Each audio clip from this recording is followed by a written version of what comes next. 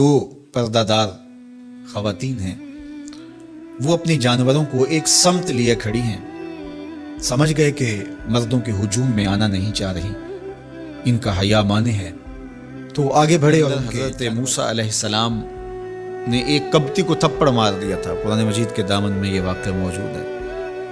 تو آپ کی جلالت اور آپ کے زور کی تاب نہ لاتے ہوئے وہ وہیں ڈھیر ہو گیا، اس کی موت واقع ہو گئی۔ تو مصر کے حالات کشیدہ ہو گئے اور حضرت موسیٰ علیہ السلام کو مصر چھوڑنا پڑا۔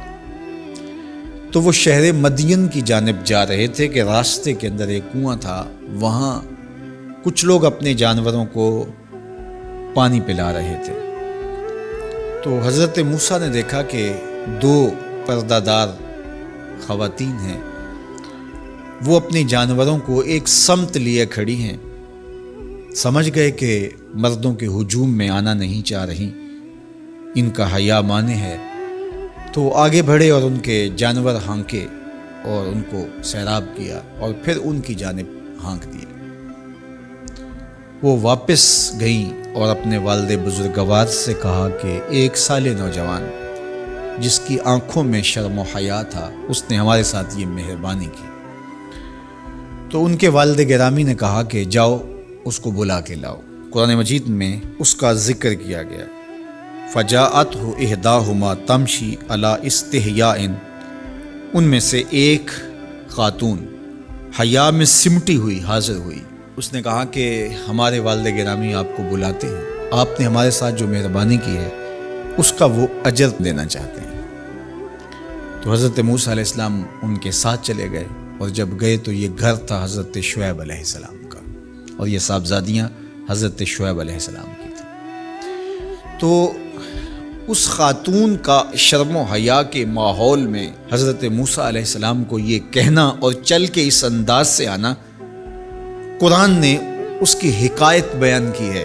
تو خدا کو پسند ہے کوئی خاتون حیا کے ماحول میں آئے تو اللہ اس کی آمد کو اور اس کے آنے کو قرآن کا عنوان بنا دیتا ہے اور قرآن کی حکایت بنا دیتا ہے کہ جو خاتون حیا کے جوہر کی مالکہ ہو وہ اللہ کو کتنی اچھی لگتی ہے۔ اللہ اکبر۔ حضرت نبی اکرم صلی اللہ علیہ وآلہ وسلم کا فرمان حیا کے حوالے سے، الحیاء من الایمان، حیا ایمان سے ہے۔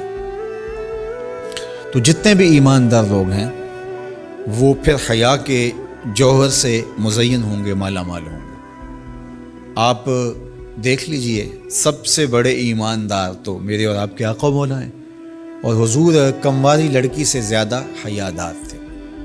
باقی حضور کے اصحاب دیکھ لیجئے، ان کا حیا، اور حضور کی ازواج مطہرات کا حیا دیکھیے۔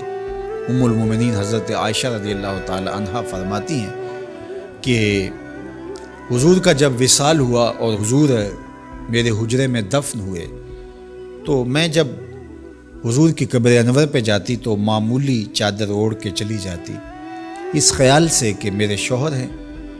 پھر حضرت ابو بکر صدیق رضی اللہ تعالیٰ عنہ کا وصال ہوا تو وہ بھی ساتھ دفن ہو گئے، تو میں پھر بھی اسی حالت میں جاتی اور میں سوچتی کہ ایک میرا شوہر ہے اور دوسرا میرا والد ہے۔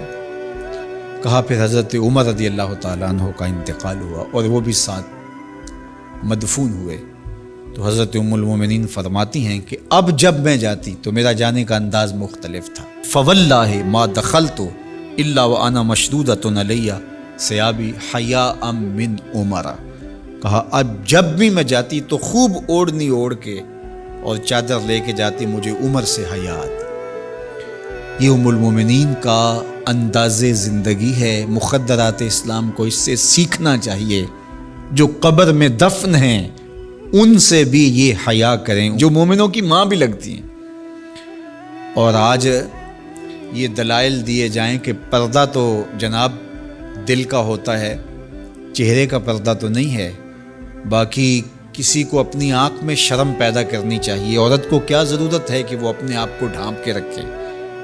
اب ام المومنین کا عمل یہ ہے کہ فرماتی ہیں کہ میں اپنے آپ کو خوب سمیٹ کے جاتی حیاء من عمر۔ عمر قبر میں ہیں لیکن ام المومنین فرماتی مجھے پھر بھی حیا آتی۔